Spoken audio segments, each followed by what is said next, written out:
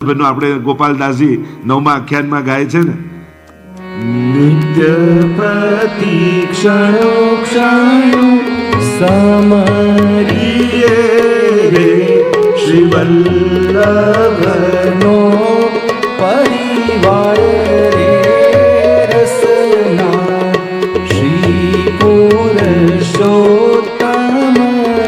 પ્રગટિયા રે જગત નો કરવા ઉદ્ધાર રે રસના કલીમાં કારણ દેહ છે રે બીજું સર્વે ભૂમિનો ભાર રે રસના નિત્ય પ્રતિ ક્ષણું ક્ષણું સમરીએ શ્રી વલ્લભનો પરિવાર રસના.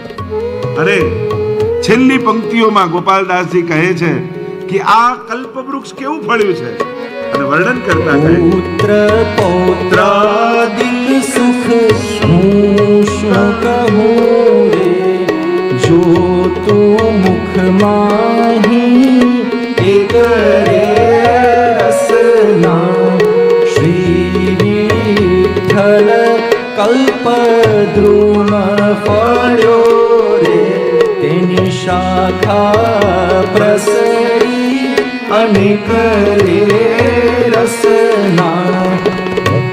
ગોપાલદાસજી મહાપ્રભુજીથી લઈ અને સમસ્ત વલ્લભ કુલ માટે જે વર્ણન કરે છે, તો જે ચર્ચા આપણે કરી રહ્યા છીએ શ્રી હરિરાય મહાપ્રભુજી માટે, શ્રી હરિરાય મહાપ્રભુજીની જે દેન છે અને એમાં પણ વિશેષ પ્રકારથી જે ભાવનાની દેન શ્રી હરિરાય મહાપ્રભુજીની છે.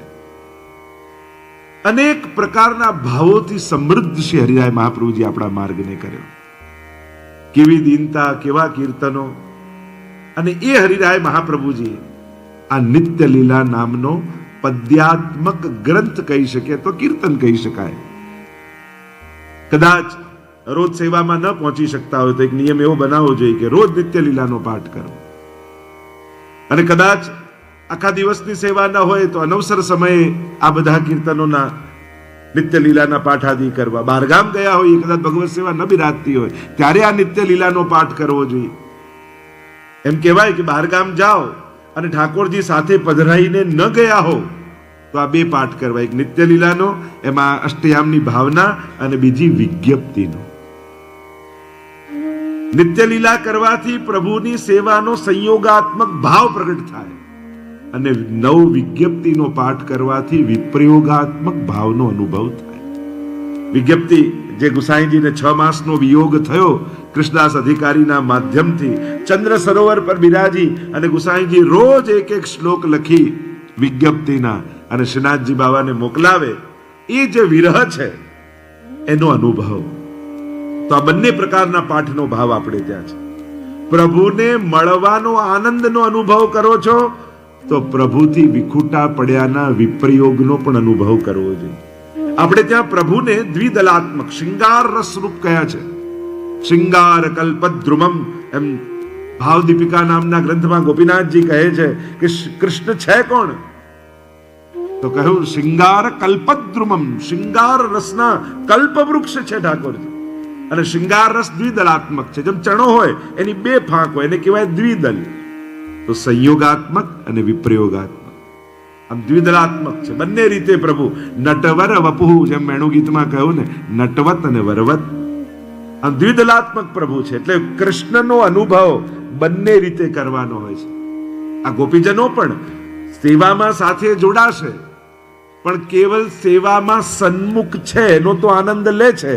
પણ પ્રભુ જ્યારે વનમાં ગૌચારણ કરવા પધારે છે ત્યારે ગૃહે ગૃહે ગોપ વધુ કદંબા સર્વે મિલિત્વા સમવાપ્ય યોગમ પુણ્યાની નામાની પઠંતિ નિત્યમ ગોવિંદ દામોદર માધવે. અનવસરમાં પણ વિપ્રયોગના આનંદનો અનુભવ કરે છે.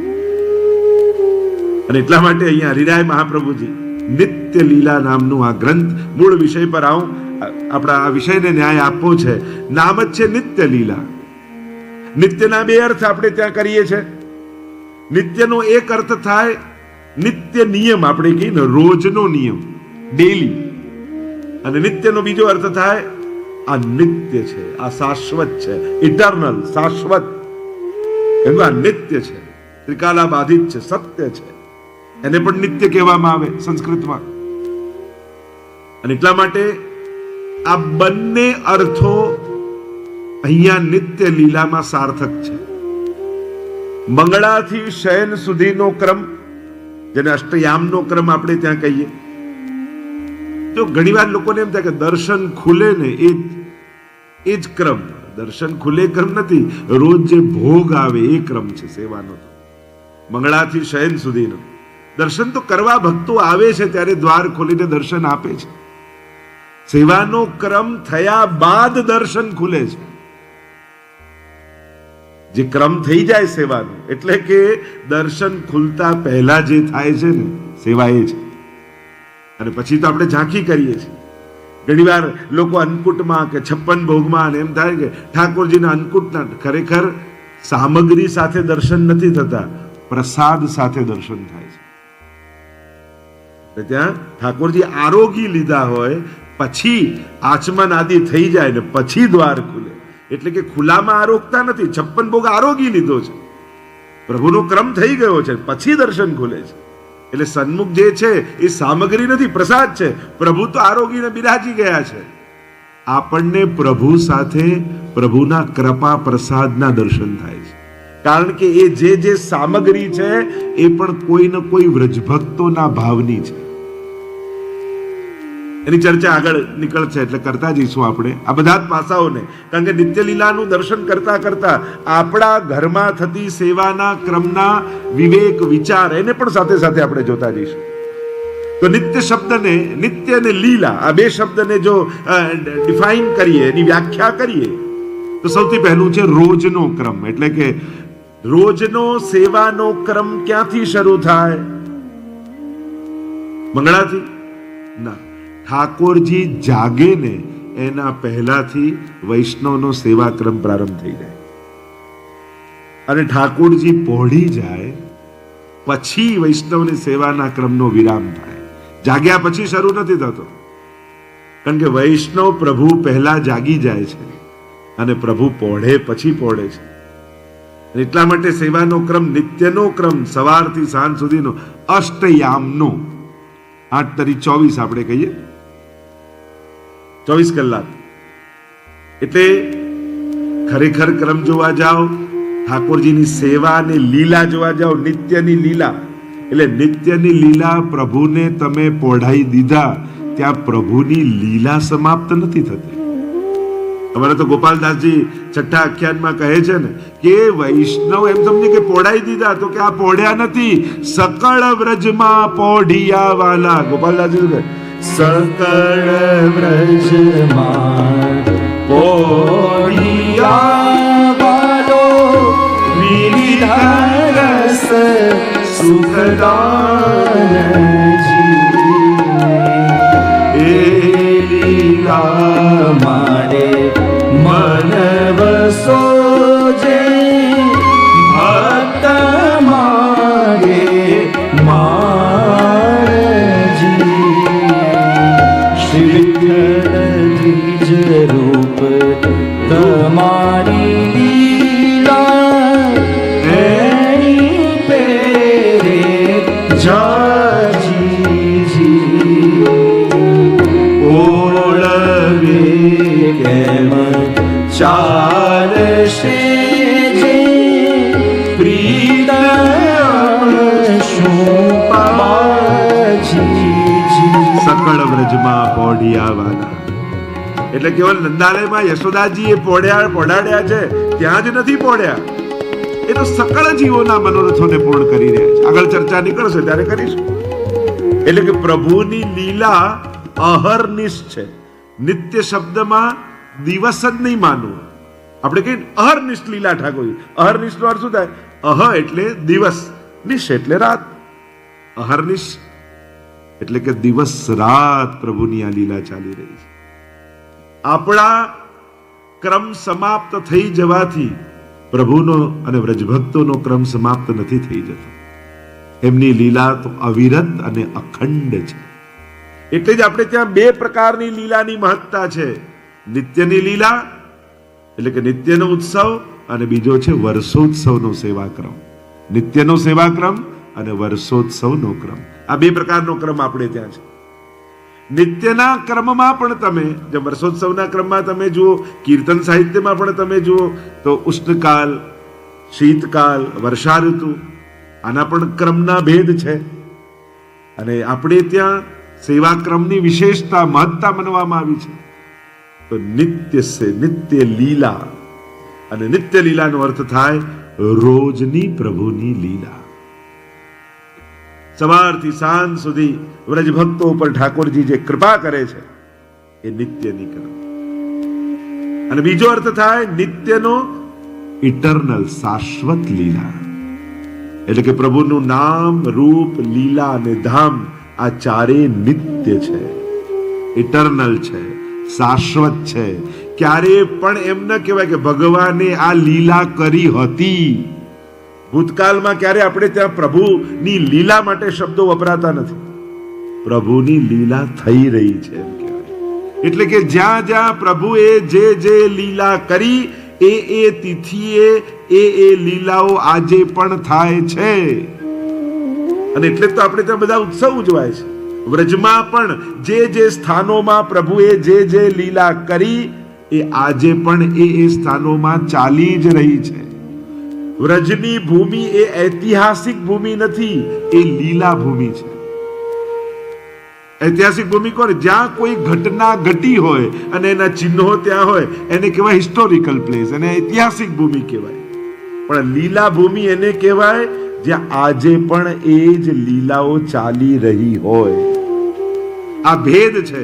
અન્ય જગ્યાએ તમે જાઓ ઐતિહાસિક સ્થળ હશે, વ્રજ ઐતિહાસિક સ્થળ નથી, એ લીલા સ્થળી છે. એ સ્થળોમાં અને મહાપ્રભુજીના ચરિત્રમાં કે ભગવદીઓના ચરિત્રમાં આપણે એ જોઈએ છે ચરિતાર્થ. ને આજે પણ જ્યાં સાંકડી ખોર છે તો પ્રભુ આજે દાન માંગી રહ્યા છે, ચંદ્ર સોર છે તો આજે પણ પ્રભુ રાસ કરી રહ્યા છે.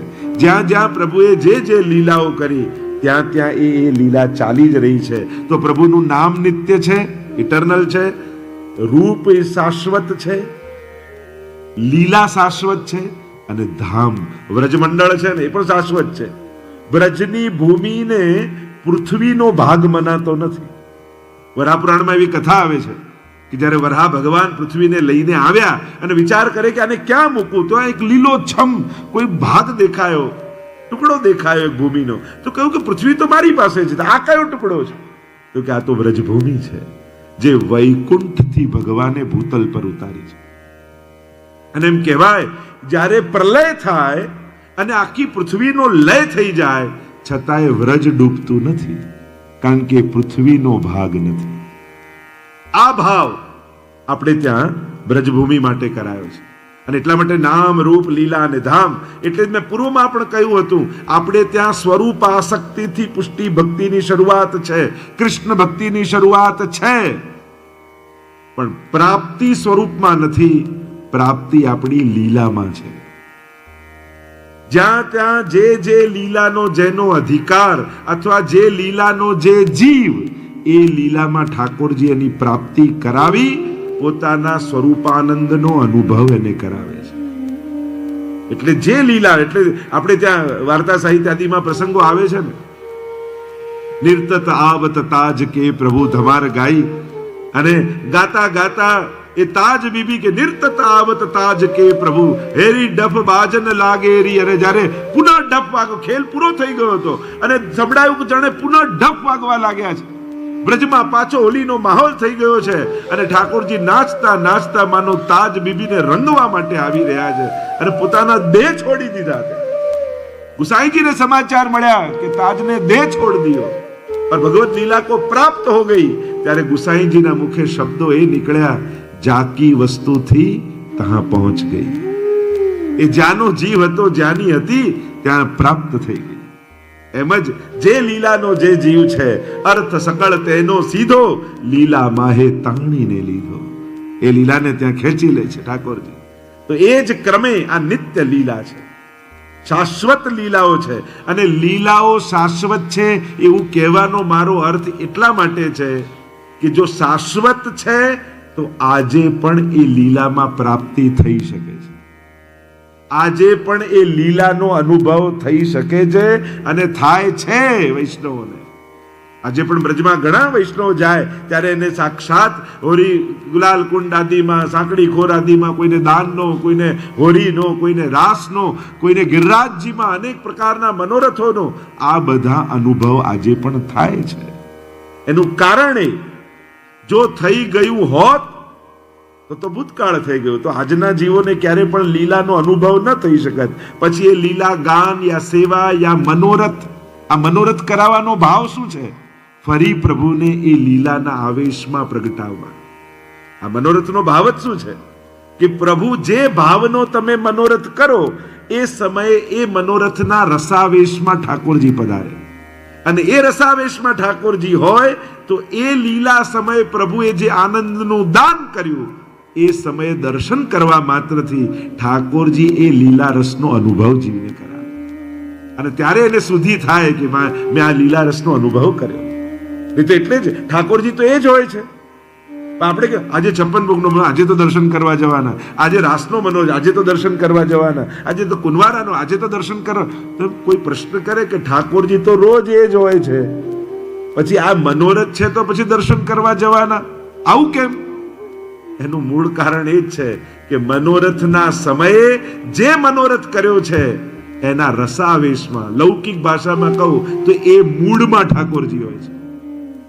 જે મનોરથનો ભાવ હોય, જેની સજાવટ કરી હોય, અને જ્યારે ભોગ ધરીને કાની આપો છો ત્યારે પ્રભુ એ રસાવિષ્ટ થઈ અને એ લીલાના રસાવેશમાં હોય.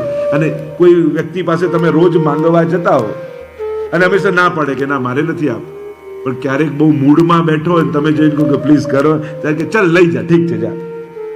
જે સમયે મૂડમાં હોય, ન આપવાનું નક્કી કર્યું હોય છતાંય આપી દે. એમ જ્યારે મનોરથમાં દર્શન કરીએ છીએ એટલે ઠાકોરજી એ સમયે મૂડમાં હોય છે, આનંદમાં હોય છે, રસાવિષ્ટમાં હોય છે. ન આપવાના અનધિકારી પણ કદાચ હોય પણ પ્રભુ કૃપા કરી એને દાન કરી દેતા હોય છે. એટલા માટે મનોરથના દર્શનનો આગ્રહ આપણે ત્યાં હોય છે. આ આરતીના દર્શનનો આગ્રહ કેમ? ઠાકોરજી તો એ જ આરતીના દર્શન કરો, આરતીના, એ વ્રજભક્તોનો ભાવ છે. આરતી છે ને એ વ્રજભક્તોનો ભાવ છે. સીધા ભગવાન મળી જવા એ બહુ મોટી ઘટના નથી. એ તો રાવણને મળ્યા, કંસને મળ્યા, શિશુપાલને મળ્યા જ ભગવાન. આનંદ આવ્યો? શિશુપાલને શ્લોકો યાદ આવ્યા? સ્તુતિ યાદ આવી? શું યાદ આવ્યું? બોલો. ભગવાન મળ્યા તોય ગાળો યાદ આવી. મૂળ વાત એ છે ભાવ નહોતો તો મળેલા ભગવાન પણ આનંદ ન આપી શકે. અને એટલા માટે પ્રભુ પાસે પણ જઈને ઈચ્છા તો વ્રજભક્તોના ભાવની જ રાખીએ છીએ કે પ્રભુ મારી આંખે આપને નથી જોવા, વ્રજભક્તોના આંખે જોવા છે. અને આરતીના દર્શન કરવાથી વ્રજભક્તોના ભાવનું આધાન આપણી અંદર થાય છે. વ્રજભક્તોના ભાવ આપણી અંદર હૃદયમાં બિરાજે છે. અને પછી જ્યારે તમે ઠાકોરજીના દર્શન કરો છો ત્યારે તમને સ્વરૂપાત્મક અને લીલાત્મક દર્શન થાય છે. આ ભાવ આપણે ત્યાં છે. આપણે ત્યાં દરેક વસ્તુના મર્યાદા માર્ગની જેમ રીઝન નથી. આરતી કરો તો આમ જ્યોત છે ને અંધકારમાંથી પ્રકાશ તરફ જવાનું, ને તિલક કરો તો એક્યુપંચર થાય, ને કંઠી પહેરો તો રોગ દૂર થાય. હવે કંઠીથી રોગ દૂર થઈ જવાના તો બિચારા ડોક્ટરો ભણી ભણીને અડધા થઈ જાય છે. એ શું કરશે? કંઠી પહેરવાથી રોગ મટાડવા હોય તો પછી ભણવાની જરૂર શું છે? ડોક્ટર કંઠીથી ના મટાડી લે. અરે કંઠી કોઈ રોગ મટાડવા માટે છે? કંઠી તો ભવરોગ દૂર કરવા માટે છે. એના માટે તો ડોક્ટરો છે જ. દરેક વસ્તુના આપણે ત્યાં ફિઝિકલ લાભ થાય એવા રીઝન્સ નથી. પુષ્ટિ માર્ગ તો ઇમોશન્સને પ્રગટાવનારો છે. અહીંયા ઇમોશન્સ છે, રીઝન નથી. કે આ શેના માટે? તો કે આ ભાવથી. તિલક છે તો કે ચરણારવિંદથી. કંઠી તો એ તો સ્વામીજીની સાક્ષાત શ્રીઅંગની સુગંધ છે. આપણે ત્યાં કારણો નથી, આપણે ત્યાં ભાવનાઓ છે. કારણો સાધારણ વસ્તુના હોય. તમને કોઈને કોઈની જોડે પ્રેમ થાય તો કે આ તને કેમ ગમે છે? જો એને કારણ મળી જાય તો માનજો કે એનો પ્રેમ શ્રેષ્ઠ નથી. બસ ગમે જ. તને લાલ રંગ, પણ કેમ લાલ રંગ જ ગમે છે? શું રીઝન આપે? બસ ગમે છે. નાની વસ્તુઓના કારણો હોય, વ્યવહારના કારણો હોય, પ્રેમના અને અલૌકિકતાના રીઝન્સ ના હોય, એના તો ઇમોશન્સ હોય. કે આને પ્રેમ છે ના માટે, આની પાસે પૈસા વધારે છે ને એટલે, આ દેખાવડો છે ને એટલે, આ આમ છે ને એટલે, તો માનવું કે હજી પ્રેમ સર્વોચ્ચ અવસ્થા એ નથી, કારણ કે આના પ્રેમ માટે આની પાસે કારણ છે. અને જ્યારે અકારણ પેદા થાય, આત્માના આકર્ષણ થાય, ત્યારે સર્વોચ્ચ અવસ્થાએ પ્રેમ હોય છે. તો જે કહી રહ્યો છું હું, અહીંયા અનેક પ્રકારની ભાવનાઓ છે. આપણે કોઈ કારણથી ભગવાનને ભજતા નથી. આપણું ભજવાનું એક જ કારણ છે કે કૃષ્ણને પ્રેમ કર્યા વગર રહેવાતું જ નથી, એને જોયા વગર જીવન ચાલતું જ નથી. કારણ આ કૃષ્ણ પ્રેમનો સોફ્ટવેર તો તમારી ભીતર ઇનબિલ્ટ છે. મહાપ્રભુજી આજ્ઞા કરી છે આ પુષ્ટિ સૃષ્ટિને પ્રગટાવીને, તો પુષ્ટિ કાયેન નિશ્ચય. તમને પ્રભુએ પોતાના શ્રીઅંગમાંથી પ્રગટાવ્યા છે, ભક્તિનું બીજ આરોપિત કરીને પ્રગટાવ્યા છે. તમારો જન્મ જ કૃષ્ણ ભક્તિ કરવા માટે થયો છે. તમારા જીવનનું સર્વોચ્ચ લક્ષ્ય એ પ્રભુને પામીને જવા માટે છે. ભૂતલ પર દૈવી જીવો આવ્યા છે એટલા માટે ઘણીવાર તો એમ થાય કે બધી સેવા નિત્ય લીલામાં તો નથી મળતી, પણ ભૂતલ પર મહાપ્રભુજીના સેવક થઈએ ને તો બધી જ સેવાનો લાભ આપણને મળે છે. સવારે જગાવવાથી લઈને પોઢાવવા સુધી ત્યાં તો જે સ્વામીજીના અધિકાર અનુસાર સેવા મળે એ, પણ ભૂતલ પર વલ્લભ રૂપે જ્યારે સ્વામીજી પધાર્યા તો મહોદાર ચરિત્રવાન થઈને પધાર્યા, મહા ઉદાર થઈને પધાર્યા, અદેય દાન દક્ષશ્ચ મહોદાર, અદેય દાન દાતા બનીને પધાર્યા. અને નિત્ય લીલામાં જે કૃપા નથી કરતા એ ભૂતલ પર આવીને સ્વામીજી કૃપા કરે છે કે હા એટલે બધી જ સેવા તું કર. અને એમની કૃપા થકી આપણને આ બધો લાભ મળી રહ્યો છે. અને એટલા માટે નિત્ય લીલા એ શાશ્વત લીલાઓ છે. એટલે જ લીલા શબ્દને આપણે કહીએ છીએ અનાયાસેન હર્ષાત ક્રિયમાણ ચેષ્ટા સલીલા. પ્રભુના કર્મો નથી, પ્રભુની ક્રિયાઓ નથી, પ્રભુના પ્રત્યેક ચેષ્ટાઓ એ લીલા છે. પ્રભુ પોતાના આનંદનું દાન કરવા માટે જ આ બધું કરે છે, એટલા માટે એને લીલા કહેવાય છે. ગઈકાલે જ ગીતાજીમાં જો જન્મ કર્મ ચમે દિવ્યમ, મારા જન્મ અને કર્મ દિવ્ય છે, એને લૌકિક માણસો જેવા નહીં ગણવા. સૌથી પહેલા ભગવાન કૃષ્ણને ભગવાન રૂપે બુદ્ધિમાં સ્થાપિત કરશો ને તો જ એની લીલાનો આનંદ માણી શકશો. પણ એક વ્યક્તિ, એક મહાપુરુષ, કોઈ શ્રેષ્ઠ વ્યક્તિ તરીકે જોશો તો એમાં પણ તમને દોષ દર્શન લાગશે, કારણ કે ઘણી વસ્તુ માણસો માટે નિષિદ્ધ છે, ભગવાન માટે તો લીલા જ છે. કારણ કે આખી સૃષ્ટિ જ ભગવાનમાંથી પ્રગટી છે. એને માટે કોઈ હું અને તું એવા બે ભેદ જ નથી, અને એટલા માટે કોઈ વિકાર નથી, ત્યાં તો આનંદ જ છે. પ્રભુ નિત્ય લીલા, એટલે લીલાના સિદ્ધાંતોને ઘણીવાર હું સમજાવતા કહું કે આટલી વસ્તુ સ્પષ્ટ રૂપે સમજી લેજો જ્યારે લીલામાં પ્રવેશ કરો છો તમે ત્યારે. આ લીલાની ભક્તિ છે. પુષ્ટિ ભક્તિ એટલે ભગવદ લીલાની ભક્તિ. આપણે ભગવદ લીલાના દ્રષ્ટા નથી, એક ભાગ બનીએ છીએ અને એ રસાનુભવનો અનુભવ કરીએ છીએ, રસાસ્વાદ કરીએ છીએ. જ્યાં સુધી દ્રષ્ટા બનેલા રહેશો તો કેવલ લીલાના દર્શન કરો છો. આપણે ખાલી ભગવત લીલાના દર્શન નથી કરવા, આપણે લીલાનો એક ભાગ બનવાનો છે. એટલે કે એ જે તે સમયે પ્રભુ જે લીલા કરતા હોય અને તમે એ સેવા દ્વારા એ લીલાનો અનુભવ કરતા હો, ત્યારે ઠાકોરજી એ સમયે જે વ્રજભક્તોને લીલા રસનો દાન કરે છે એની કણિકાનો આસ્વાદ તમને પણ થાય. ત્યારે સેવા ફલાત્મક કહેવાય. એટલે જ હું સેવાના 3 ભાગ ઘણીવાર સમજાવું છું: ક્રિયાત્મક, ભાવાત્મક અને રસાત્મક. જે ક્રમના પુસ્તકમાં લખ્યું છે, જે ગુરુજનોએ આજ્ઞા કરી છે, એ આજ્ઞા પ્રમાણે કરવું અને એ જ પ્રમાણે કરવું તેને કહેવાય ક્રિયાત્મક. કે હજી એ ભાવને એ ભાવના જાગી નથી પણ કરવી જોઈએ. અને ક્રિયાત્મક કરતા કરતા ભાવો પ્રગટ થવા લાગે. એટલે આ તો આ ભાવ, આ તો ચંદ્રાવલીનો ભાવ, આ તો લલિતાજીનો ભાવ, આ તો યમુનાજીનો ભાવ, તો સેવા ભાવાત્મક થઈ જાય. તમને બધું વ્રજ ભક્તોના ભાવ રૂપ બધું લાગવા મળે. પછી ચાંદીનું કોઈ પાત્ર ન લાગે, તમને લાગે યમુનાજી છે. તમને પછી કોઈ સાજ ન લાગે, પીછવાઈ ન લાગે, તમને લાગે યશોદાજીની ઓઢણી છે.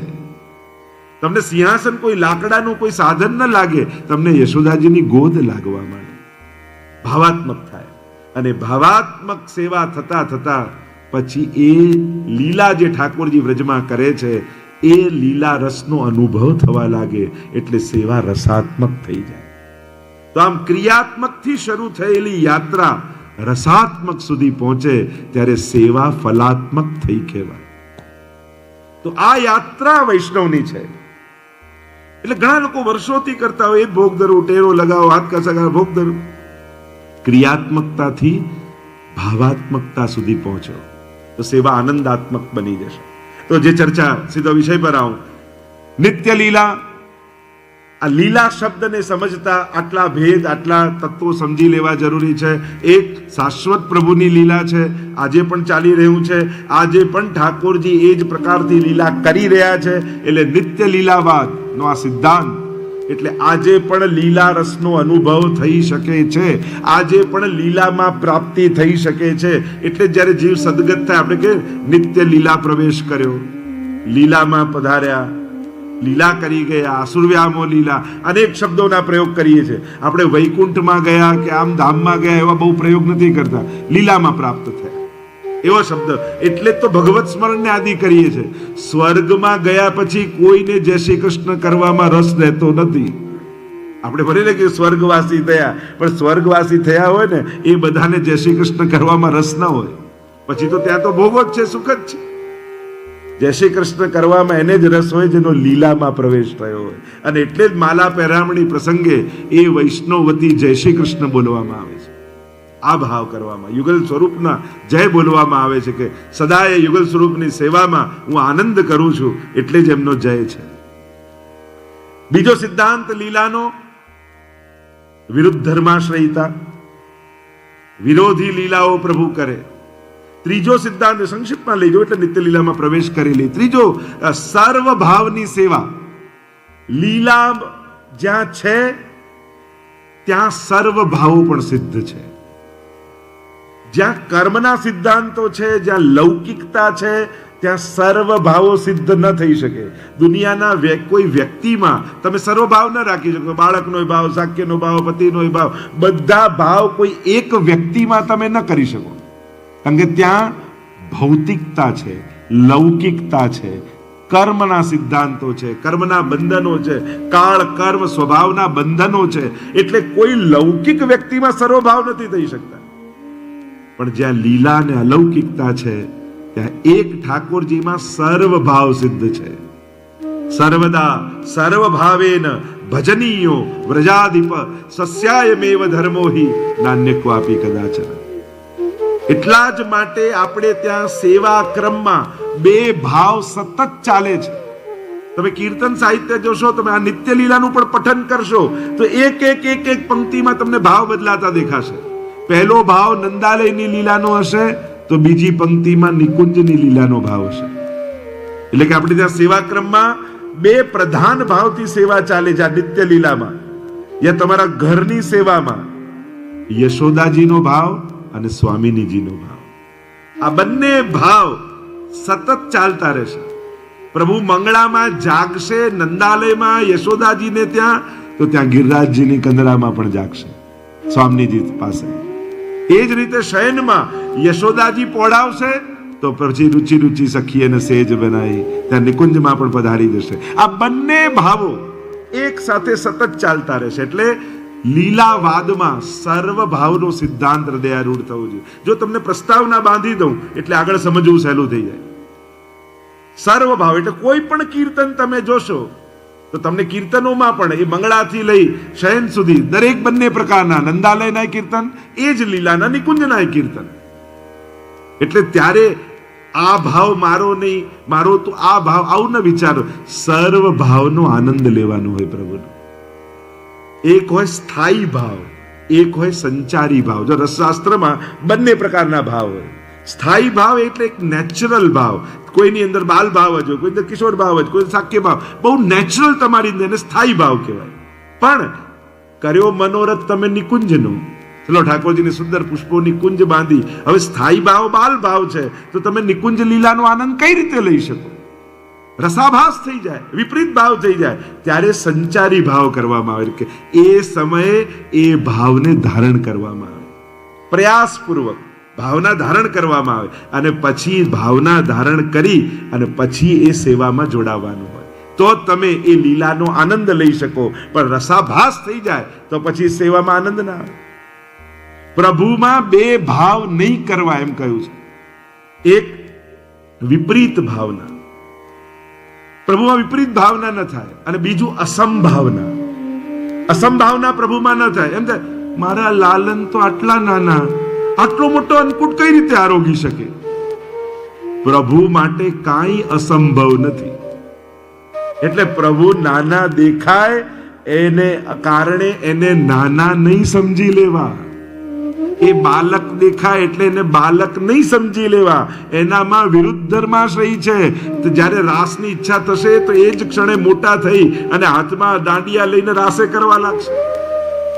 તમારો જે ક્ષણે ભાવ પ્રગટ થશે એ જ ક્ષણે પ્રભુ તદ ભાવ અનુસાર સ્વરૂપ ધારણ કરી તમને આનંદનું દાન કરશે.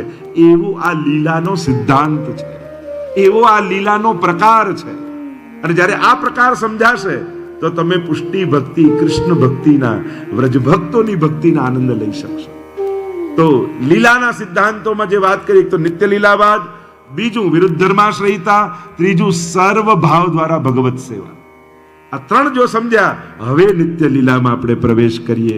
आइए हरिराय जी कृत नित्य लीला का 2-2, 4-4 पंक्तियों का गान करेंगे और फिर साथ में उसका रस दर्शन करते जाएंगे. आइए श्री हरिराय जी के स्वर में अपना स्वर मिलाएं और प्रभु की लीलाओं का अवगाहन करें. प्रात समय उठ के ब्रज